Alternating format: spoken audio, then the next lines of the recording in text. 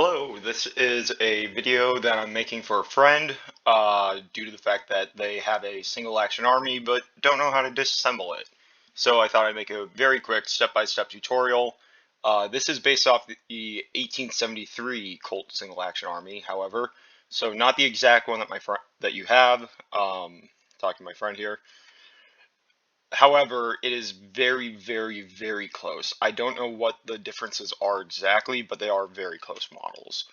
They were actually both made around the same time. So to start off, we're going to go to the Disassembly tab. And because I think the base model, this gold silver finish, is so freaking ugly, I actually recolored it to look a little bit more like yours and also make this video a little more tolerable to look at. So, starting off with the Colt Single Action Army Disassembly, I'm going to turn on highlighting. This will show you which parts that you can disassemble and when. You first should take out the base pin. Of course, you have that little screw there that you'll also have to take out first, but it's not on this model. Next up will be the cylinder. From the cylinder, we also have the base pin bushing. We're going to have to remove that. Next up, we'll take out the ejector housing. The ejector housing, obviously, is what keeps the ejector in place. We're going to want to remove that, remove the spring, and remove the ejector rod. Next up, you can just unscrew the barrel. Pretty easy. Then we have the base pin screw nut. We can take this out. These parts are very small. Be careful not to lose them. And the one with the rod here, the longer one, is the one that goes in on the left. Just keep that in mind. Next up, we will be undoing the grip screws. This will allow us to take both panels of the grips off. And now we will take off the back strap. After that, we're going to take off the trigger guard. Quite a few, just 3 little screws here. We got a little washer here. With the trigger guard, we can take off the main spring. That's just done with this little stock pin, not anything too hard or fancy to it. The stock pin and this little screw right here, or pin. Next up, after that, we can remove, if we go underneath, we can remove this, the bolt spring. We're also going to want to remove the gate catch. Now, in the gate catch, it is a very small piece of metal with the gate catch, the spring, and then the gate catch screw. Be careful not to lose these, and when putting them back in, the gate catch screw does have, if you look very closely, a little or it should be a little screw. So there might be a little point slab here for a flathead to be used. However, I'm not sure if that will be on your model or not. I would assume that your model uses that, though I could be wrong. After this, we can remove the gate. Gate just simply slides out. Very easy to do. The hammer screw we're going to want to remove, as well as the trigger screw and the bolt screw. After removing that, we are able to remove the trigger. Just comes right out. Next up, we're going to be able to remove the hammer. The last part on the frame of the gun, on the receiver, is the bolt. We're just going to take that out. Very tiny little piece, but of course, like every part to this gun, very important. After that, we can remove the firing pin, which simply has a firing pin indent spring, or detent spring, as well as its little pins here. Very easy to lose these again. If you don't have to, I wouldn't recommend taking this out, nor the firing pin rivet. Just more parts to lose. This is what's called a detail strip or a full disassembly.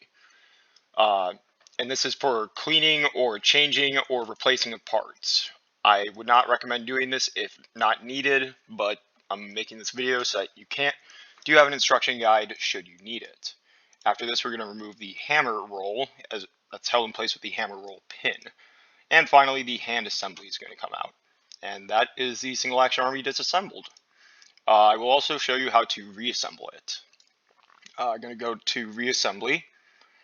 Alright, so with reassembly, I'm going to turn on highlighting. It also makes it much easier for myself because I don't have it memorized on how to disassemble and reassemble a single action army. When reassembling a gun, the way I always do it is basically rebuilding parts that don't just that allow you to put all the parts back together into the frame. So you're not just going to be doing parts randomly. You want to rebuild each one as you can first. So first of all, we're going to reassemble the hammer assembly, not too hard.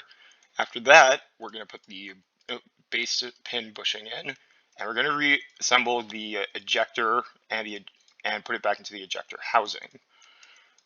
Once we've done that, we can reassemble the main spring to the trigger guard.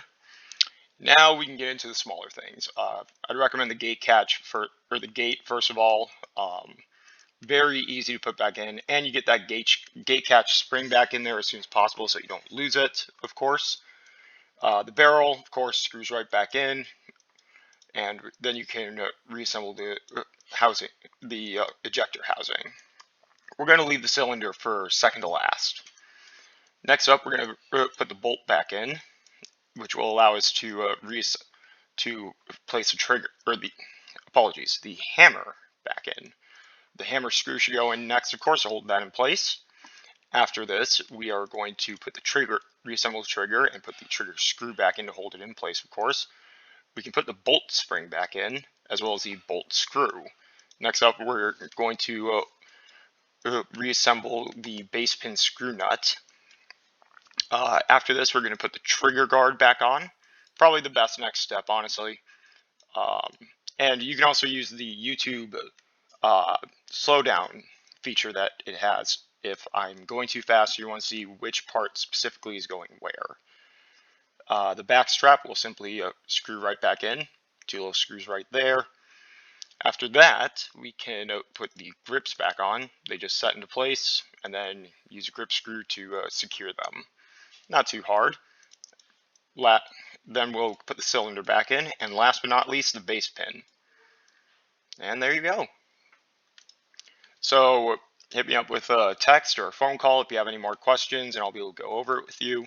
But just thought I'd make this video for you to help you out. Should you ever need to do a full detail strip / full disassembly for cleaning or replacement purposes, or even just putting in new parts. Anyways, hope you have a good one. Thanks for watching.